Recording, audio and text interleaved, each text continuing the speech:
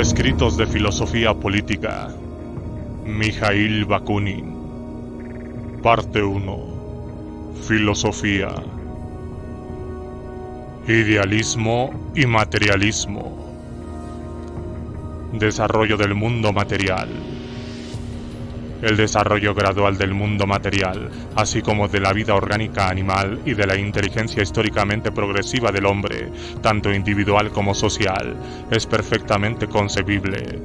Constituye un movimiento enteramente natural desde lo simple a lo complejo, desde lo inferior a lo superior, desde lo bajo a lo alto. Un movimiento conforme con nuestra experiencia cotidiana y acorde también con nuestra lógica natural, con las leyes mismas de nuestra mente, la cual han haberse formado y desarrollado solo con ayuda de esta misma experiencia.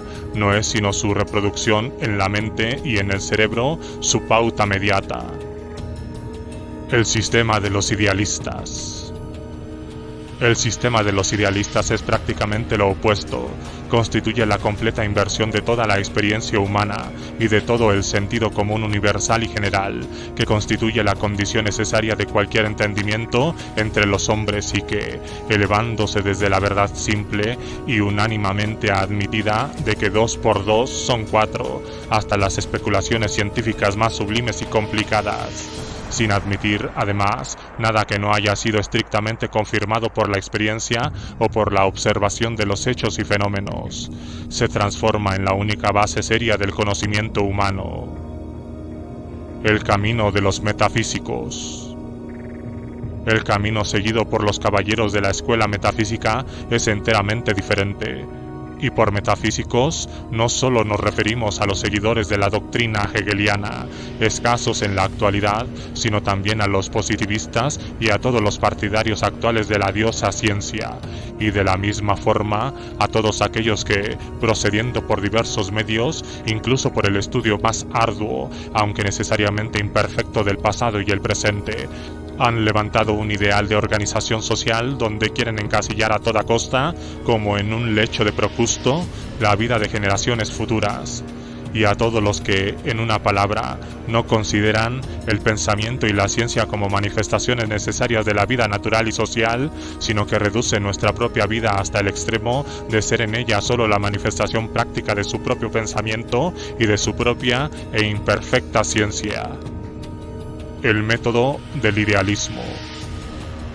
En vez de perseguir el orden natural desde lo inferior a lo superior, desde lo más bajo a lo más alto, desde lo relativamente simple a lo más complejo, en vez de perseguir sabia y racionalmente el movimiento progresivo y real desde el mundo llamado inorgánico hasta el mundo orgánico, al reino vegetal, a continuación al reino animal y por último al mundo específicamente humano, en vez de seguir el movimiento desde la materia o la actividad química hasta la materia o la actividad viviente y desde la actividad viviente al ser pensante, los idealistas, obsesionados, cegados y empujados por el divino fantasma que heredaron de la teología, toman precisamente el camino opuesto. Comienzan con Dios, presentado como una persona o como una sustancia o idea divina, y el primer paso que dan es una terrible caída desde las sublimes alturas del ideal eterno hasta la charca del mundo material, desde la perfección absoluta a la imperfección absoluta, desde el pensamiento al ser, o más bien desde el ser supremo a la pura nulidad. El idealismo y el misterio de la divinidad. ¿Cuándo, cómo o por qué el ser divino, eterno, infinito, absolutamente perfecto y probablemente aburrido de sí mismo, decidió dar este desesperado salto mortal es algo que ningún idealista, ningún teólogo, ningún metafísico ni ningún poeta ha sido capaz de explicar al laico ni de comprenderlo él mismo. Todas las religiones, pasadas o presentes, y todos los sistemas de filosofía trascendental giran alrededor de este misterio único e inicuo. Los hombres sagrados, los legisladores inspirados por la divinidad, los profetas y los mesías han buscado allí la vida para descubrir únicamente el tormento y la muerte. Como la antigua esfinge, el misterio los devoró porque eran incapaces de explicarlo. Grandes filósofos, desde Heráclito y Platón hasta Descartes, Spinoza, Leibniz, Kant, Fichte, Schelling y Hegel, por no mencionar a los filósofos indios, han escrito ingentes cantidades de volúmenes y han construido sistemas tan ingeniosos como sublimes donde dicen de pasada muchas cosas grandes y bellas y donde descubren verdades inmortales, pero dejan este misterio, objeto principal de sus investigaciones trascendentales, tan insondable como antes. Y si los gigantescos esfuerzos de los más prodigiosos genios conocidos por el mundo, que a lo largo de 30 siglos por lo menos han emprendido uno tras otro esta labor de Sísifo, solo han conducido a hacer todavía más incomprensible este misterio, ¿cómo esperar que no sea desvelado por las especulaciones faltas de inspiración de algún discípulo pedante o de una metafísica artificialmente recalentada? Y todo esto durante un tiempo en que todos los espíritus vivos y serios se han apartado de la ambigua ciencia que apareció como efecto de un compromiso, sin duda explicable históricamente, entre la sinrazón de la fe y la sensata razón científica. Es evidente que este terrible misterio no puede explicarse, lo cual significa que es absurdo, pues solo lo absurdo rechaza la explicación. Es evidente que quien lo considere esencial para su vida y felicidad debe renunciar a su razón y volver, si puede, a la fe ingenua, ciega y tosca, repitiendo con Tertuliano y todos los sinceros creyentes las palabras que resumen la quinta esencia misma de la teología: credo quia absurdum. Creo porque es absurdo. Entonces cesa toda discusión y solo permanece la triunfante estupidez de la fe. Las contradicciones del idealismo. Los idealistas no tienen su fuerte en la lógica y podría decirse que la desprecian. Esta actitud les distingue de los metafísicos pertenecientes a la escuela panteísta y deísta y otorgan a sus ideas el carácter del idealismo práctico, que no extrae su inspiración tanto de un riguroso desarrollo del pensamiento como de la experiencia. Casi diría que de las emociones históricas, colectivas e individuales de la vida. Esto proporciona a su propaganda un aspecto de opulencia y poder vital, pero solo un aspecto, porque la vida misma se hace estéril cuando se ve paralizada por una contradicción lógica. Esta contradicción consiste en lo siguiente: quieren a Dios y quieren a la humanidad. Persisten en conectar ambos términos que, una vez separados, no pueden vincularse sin una recíproca destrucción. Afirman al mismo tiempo Dios y la libertad del hombre, o Dios y la dignidad, justicia, igualdad, fraternidad y bienestar de los hombres, sin pagar tributo a la lógica fatal en virtud de la cual, si Dios existe, todas esas cosas están condenadas a la inexistencia. Porque si Dios es necesariamente el Señor eterno, supremo y absoluto, y si existe un amo semejante, el hombre es un esclavo. Ahora bien, si el hombre es un esclavo, ni la justicia, ni la igualdad, ni la fraternidad, ni la prosperidad son posibles para él. Ellos, los idealistas, desafiando la sensatez y toda la experiencia histórica, pueden representar a su Dios como un ser animado por el más tierno amor hacia la libertad humana. Pero un señor, haga lo que fuere y por muy liberal que quiera parecer, seguirá siendo siempre un señor, y su existencia implicará necesariamente la esclavitud de todos cuantos están por debajo de él. En consecuencia, si Dios existiera, solo podría favorecer la libertad humana de un modo, dejando de existir. Siendo un celoso amante de la libertad humana y considerando la condición necesaria para todo cuanto admiro y respeto en la humanidad, invierto el aforismo de Voltaire y digo: si Dios existiera realmente, sería necesario abolirlo. Los defensores contemporáneos del idealismo. Con excepción de los corazones y espíritus grandes, pero extraviados a quienes me he referido ya, ¿quiénes son actualmente los más tercos defensores del idealismo? En primer lugar, todas las casas reinantes y sus cortesanos. En Francia fue Napoleón III y su esposa, Madame Eugénie. Fueron también sus antiguos ministros, palaciegos y mariscales, desde Rouen y Bassin hasta Fleury y Pietri. Los hombres y mujeres de este mundo imperial han hecho un buen trabajo idealizando y salvando a Francia.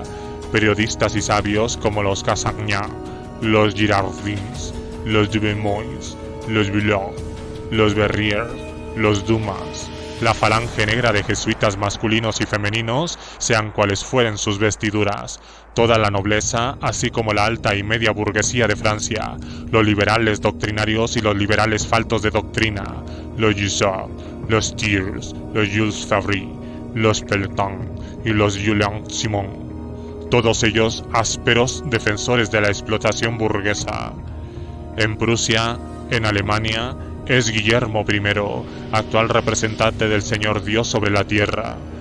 Todos sus generales, sus funcionarios, los de Pomerania y los otros, todo su ejército que, firme en su fe religiosa, acaban de conquistar Francia del modo ideal que hemos llegado a conocer tan bien. En Rusia es el zar y su corte, los Muravievs y los Bergs, todos los carniceros y piadosos convertidos de Polonia. El idealismo es la bandera de la fuerza bruta. En resumen, por todas partes el idealismo religioso o filosófico, pues lo uno es simplemente una interpretación más o menos libre del otro, sirve hoy como bandera de la fuerza material bruta y sangrienta, de la explotación material desvergonzada. El materialismo es la bandera de la igualdad económica y de la justicia social. Por el contrario, la bandera del materialismo teórico, la bandera roja de la igualdad económica y la justicia social, es desplegada por el idealismo práctico de las masas oprimidas y famélicas que intentan poner en práctica la más alta libertad y realizar el derecho de cada individuo en la fraternidad de todos los hombres sobre la tierra. Los verdaderos idealistas y materialistas. ¿Quiénes son los verdaderos idealistas? No los idealistas de la abstracción, sino los de la vida, no los idealistas del cielo, sino los de la tierra. ¿Y quiénes son los materialistas? Es evidente que la condición esencial del idealismo teórico o divino es el sacrificio de la lógica y la razón humana, y la renuncia a la ciencia. Por otra parte, al defender las doctrinas del idealismo nos vemos arrastrados al campo de los opresores y explotadores de las masas. Son dos grandes razones que, según parece, debieran ser suficientes para alejar del idealismo a cualquier gran espíritu y a todo gran corazón. ¿Cómo entender nuestros ilustres idealistas contemporáneos, a quienes sin duda no falta ni espíritu, ni corazón, ni buena voluntad, que han puesto sus vidas al servicio de la humanidad, persistan en estar entre los representantes de una doctrina ya condenada y deshonrada? Deben haber sido impulsados por motivos muy fuertes. Dichos motivos no pueden corresponder a la lógica ni a la ciencia, porque la lógica y la ciencia han pronunciado su veredicto contra la doctrina idealista. Y es razonable pensar que los intereses personales no pueden contarse entre sus motivos, porque esas personas están infinitamente por encima de los intereses particulares. Debe existir entonces un poderoso motivo de orden moral. ¿Cuál? Solo puede ser uno. Estas gentes tan celebradas piensan, sin duda, que las teorías o creencias idealistas son esenciales para la dignidad y la grandeza moral del hombre, y que las teorías materialistas lo reducen al nivel de la bestia. Pero, ¿y si fuese cierto lo contrario? Todo desarrollo implica la negación de su punto de partida, y puesto que el punto de partida es material, según la doctrina de la escuela materialista, la negación debe ser necesariamente ideal. Comenzando por la totalidad del mundo real, o por lo que se denomina abstractamente material, el materialismo llega, lógicamente, a la verdadera idealización, es decir, a la humanización, a la plena y completa emancipación de la sociedad. Por otra parte, y por la misma razón, el punto de partida de la escuela idealista es ideal y llega necesariamente a la materialización de la sociedad, a la organización de un despotismo brutal y a una explotación vil e inicua en las formas de la Iglesia y el Estado. El desarrollo histórico del hombre con arreglo a la escuela materialista es una progresiva ascensión, mientras en el sistema idealista no puede ser más que una continua caída. Puntos de divergencia entre materialismo e idealismo. Sea cual fuere la cuestión relativa al hombre que examinemos, siempre llegaremos a la misma contradicción básica entre estas dos escuelas. El materialismo comienza por la animalidad para llegar a establecer la humanidad. El idealismo comienza por la divinidad para llegar a establecer la esclavitud y condenar a las masas a una animalidad perpetua. El materialismo niega el libre albedrío y termina en el establecimiento de la libertad. El idealismo, en nombre de la dignidad humana, proclama el libre albedrío y descubre la autoridad sobre las ruinas de toda libertad. El materialismo rechaza el principio de autoridad, concibiéndolo frontalmente como el corolario de la animalidad y creyendo, por el contrario, que el triunfo de la humanidad, considerado por el materialismo como el objeto principal y como el significado de la historia, solo puede realizarse a través de la libertad. En una palabra, al tratar cualquier cuestión, siempre encontraréis al idealista sumido en el materialismo práctico, mientras que siempre veréis al materialista persiguiendo y realizando las aspiraciones y pensamientos más ideales. El idealismo es el déspota del pensamiento, lo mismo que la política es el déspota de la voluntad. Solo el socialismo y la ciencia positiva muestran el debido respeto hacia la naturaleza y la libertad de los hombres. El marxismo y sus falacias. La escuela doctrinaria de socialistas, o más bien los comunistas estatales de Alemania, representan una escuela bastante respetable, circunstancia que no la exime, sin embargo, de caer ocasionalmente en errores. Una de sus falacias principales es tener como base teórica un principio profundamente cierto cuando se concibe de manera apropiada, es decir, desde un punto de vista relativo, pero que se vuelve radicalmente falso cuando se le considera aislado de las demás condiciones y se le mantiene como el único fundamento y fuente primaria de todos los demás principios, según acontece en esa escuela. Este principio, que constituye el fundamental esencial del socialismo positivo, recibió por primera vez su formulación científica y su desarrollo del señor Karl Marx, jefe principal de los comunistas alemanes. Constituye la idea dominante del famoso Manifiesto Comunista. Marxismo e idealismo. Este principio se encuentra en contradicción absoluta con el principio admitido por los idealistas de todas las escuelas. Mientras los idealistas deducen todos los hechos históricos, incluyendo los desarrollos de intereses materiales y los diversos estadios de organización económica de la sociedad, del desarrollo de las ideas, los comunistas alemanes ven en toda la historia y en las manifestaciones más ideales de la vida humana, tanto colectiva como individual, en todos los desarrollos intelectuales, morales, religiosos, metafísicos, científicos, artísticos, políticos y sociales acontecidos en el pasado y en el presente, solo el reflejo o el resultado inevitable del desarrollo de los fenómenos económicos.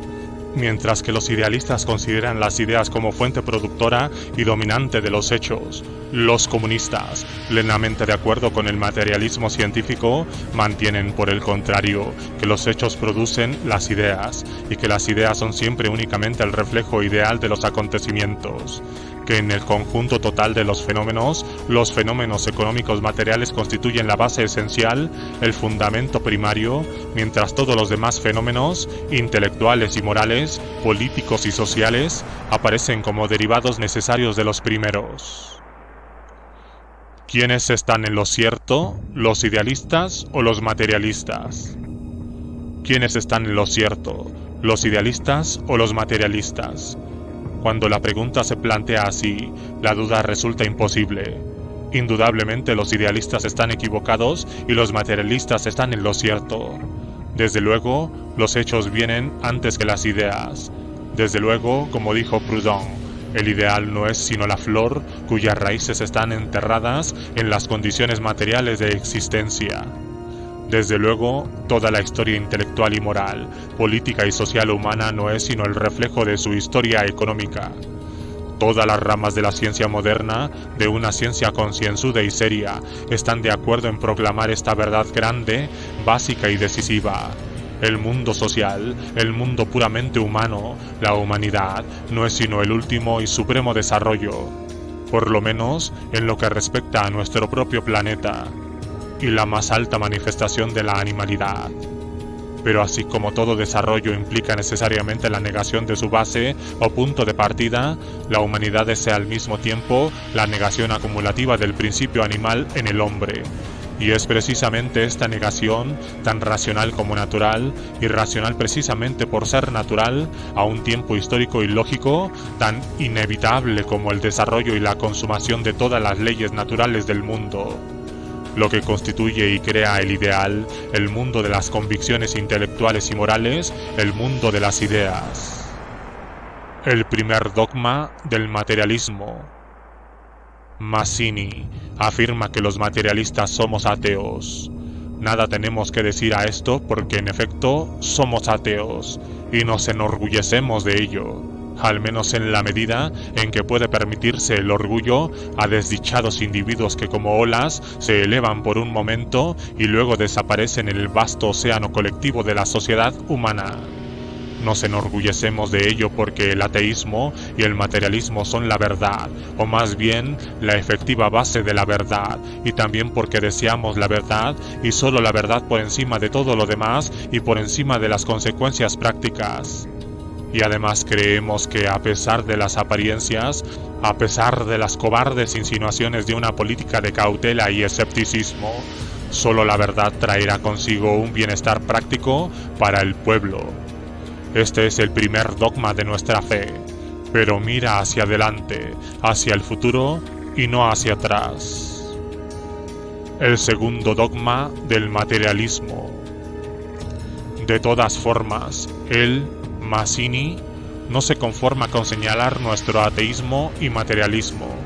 Deduce de él que no podemos amar a las personas ni respetarlas por sus virtudes, que las grandes cosas que han hecho vibrar los más nobles corazones, la libertad, la justicia, la humanidad, la belleza, la verdad, deben ser todas ajenas a nosotros y que remolcando sin meta alguna nuestra desdichada existencia, arrastrándonos más que andando derechos sobre la tierra, no tenemos preocupación alguna salvo gratificar nuestros toscos y sensuales apetitos. Y nosotros le decimos, venerable pero injusto maestro Mazzini, que está en un lamentable error. ¿Quiere saber en qué medida amamos esas cosas grandes y bellas, cuyo conocimiento y amor nos niega? Entienda que nuestro amor por ellas es tan fuerte que de todo corazón estamos enfermos y cansados viéndolas para siempre suspendidas en su cielo, que las robó de la tierra como símbolos y promesas nunca cumplidas. Ya no nos contentamos con la ficción de esas bellas cosas, las queremos en su realidad.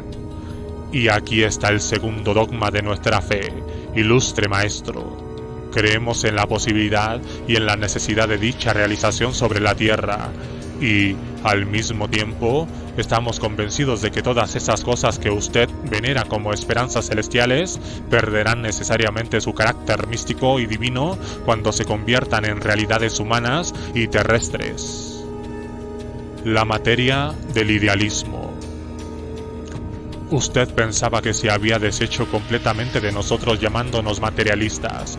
Pensaba que así nos condenaba y aplastaba. Pero, ¿sabe usted de dónde proviene ese error suyo? Lo que usted y nosotros llamamos materia son dos cosas totalmente distintas, dos conceptos totalmente diferentes. Su materia es una identidad ficticia como su Dios, como su Satán, como su alma infinita. Su materia es tosquedad infinita, brutalidad inerte, una entidad tan imposible como el espíritu puro, incorpóreo y absoluto. Los dos existen solo como invenciones de la abstracta fantasía de los teólogos y metafísicos, únicos autores y creadores de ambos inventos. La historia de la filosofía nos ha revelado el proceso, de hecho un proceso simple, de la creación inconsciente de esta ficción, el origen de esta fatal ilusión histórica que durante el largo transcurso de muchos siglos ha pendido gravosamente como una terrible pesadilla sobre las mentes oprimidas de generaciones humanas. El espíritu y la materia. Los primeros pensadores fueron necesariamente teólogos y metafísicos, pues la mente humana está constituida de tal manera que siempre debe comenzar con una gran margen de sinsentido, falsedad y errores para conseguir llegar a una pequeña porción de verdad, todo lo cual no habla en favor de las tradiciones sagradas del pasado. Los primeros pensadores, digo, tomaron la suma de todos los seres reales conocidos por ellos, incluidos ellos mismos, la suma de todo cuanto les parecía representar la fuerza, el movimiento, la vida y la inteligencia, y lo llamaron espíritu. A todo lo demás de que su mente lo hubiera abstraído inconscientemente del mundo real, lo llamaron materia. Y entonces se asombraron de que esta materia que existía solo en su imaginación, como el propio espíritu, fuese tan inactiva, tan estúpida frente a su Dios, el puro espíritu. La materia de los materialistas. Admitamos francamente que no conocemos a su Dios, pero tampoco conocemos a su materia. O, más bien, sabemos que ninguno de los dos conceptos existe, sino que fueron creados a priori por la fantasía especulativa de pensadores ingenuos de épocas pasadas. Con las palabras materia y material queremos indicar la totalidad, la jerarquía de los entes reales, comenzando por los cuerpos orgánicos más simples y acabando con la estructura y el funcionamiento del cerebro de los más grandes genios. Los sentimientos más sublimes, los pensamientos más grandes, los actos más heroicos, actos de autosacrificio, deberes tanto como derechos, la voluntaria renuncia al propio bienestar, al propio egoísmo, hasta las aberraciones trascendentales y místicas de Mazzini, así como las manifestaciones de la vida orgánica, las propiedades y acciones químicas, la electricidad, la luz, el calor, la gravedad natural de los cuerpos. Todo ello constituye, a nuestro entender, un conjunto muy diferenciado, pero al mismo tiempo estrechamente relacionado, de evoluciones dentro de esa totalidad del mundo real que denominamos materia. El materialismo no es un panteísmo. Y obsérvese bien que no consideramos a esta totalidad como una especie de sustancia absoluta y eternamente creativa, al modo de los panteístas, sino como el perpetuo resultado producido y reproducido de nuevo por la concurrencia de una infinita serie de acciones y reacciones, por las incesantes transformaciones de los seres reales que nacen y mueren en el seno de esta infinitud. La materia comprende el mundo ideal. Resumiré. Indicamos con la palabra material todo cuanto acontece en el mundo real, dentro y fuera del hombre, y aplicamos la palabra ideal exclusivamente a los productos de la actividad cerebral del hombre, pero puesto que nuestro cerebro es por entero una organización de orden material, y su función es también material como la acción de todas las demás cosas, se deduce de ello que lo que llamamos materia o mundo material no incluye en modo alguno, sino que incluye necesariamente también el mundo ideal. Materialismo e idealistas en la práctica. He aquí un hecho que merece una atenta reflexión por parte de nuestros adversarios platónicos. ¿A qué se debe que los teóricos del materialismo acostumbren mostrarse en la práctica más idealistas que los propios idealistas? Esta paradoja es, de todas formas, bastante lógica y natural, porque todo desarrollo implica en alguna medida una negación del punto de partida. Los teóricos del materialismo comienzan con el concepto de materia y desembocan en la idea, mientras los idealistas, que adoptan como punto de partida la idea pura y absoluta, reiterando constantemente el viejo mito del pecado original, única expresión simbólica de su propio y triste destino, recaen teórica y prácticamente en el dominio de la materia que, a su entender, nos tiene irremisiblemente enredados a nosotros. ¿Y qué materia? Una materia brutal, innoble y estúpida, creada por su propia imaginación como su alter ego o como la reflexión de su yo ideal. Del mismo modo, los materialistas, que siempre armonizan sus teorías sociales con el curso efectivo de la historia, conciben el estadio animal, el canibalismo y la esclavitud como los primeros puntos de partida en el movimiento progresivo de la sociedad. Pero, ¿a qué apuntan? ¿Qué quieren? Quieren la emancipación, la plena humanización de la sociedad, mientras que los idealistas, adoptando por premisa básica de sus especulaciones el alma inmortal y la autonomía de la voluntad, terminan inevitablemente en el culto al orden público como Thiers, o en el culto a la autoridad como Mazzini, es decir, en el establecimiento y la canonización de una esclavitud perpetua. De aquí se deduce que el materialismo teórico desemboca necesariamente en el idealismo práctico y que las teorías idealistas únicamente encuentran su realización en un tosco materialismo práctico. Ayer mismo se desplegó ante nuestros ojos la prueba de lo que acabamos de decir. ¿Dónde estaban los materialistas y ateos? En la Comuna de París. ¿Y dónde estaban los idealistas que creen en Dios? En la Asamblea Nacional de Versalles. ¿Qué querían los revolucionarios de París? Querían la emancipación definitiva de la humanidad a través de la emancipación del trabajo. ¿Y qué querían actualmente la triunfante Asamblea de Versalles? La degradación definitiva de la humanidad bajo el doble yugo del poder espiritual y secular. Los materialistas quieren avanzar, imbuidos de fe y despreciando el sufrimiento, el peligro y la muerte, porque ven ante ellos el triunfo de la humanidad. Pero los idealistas, faltos de empuje y presagiando únicamente espectros sangrientos, quieren llevar como sea a la humanidad de nuevo hacia el lodazal de donde ha ido saliendo con tan grandes dificultades. Que cada cual compare y forme su juicio.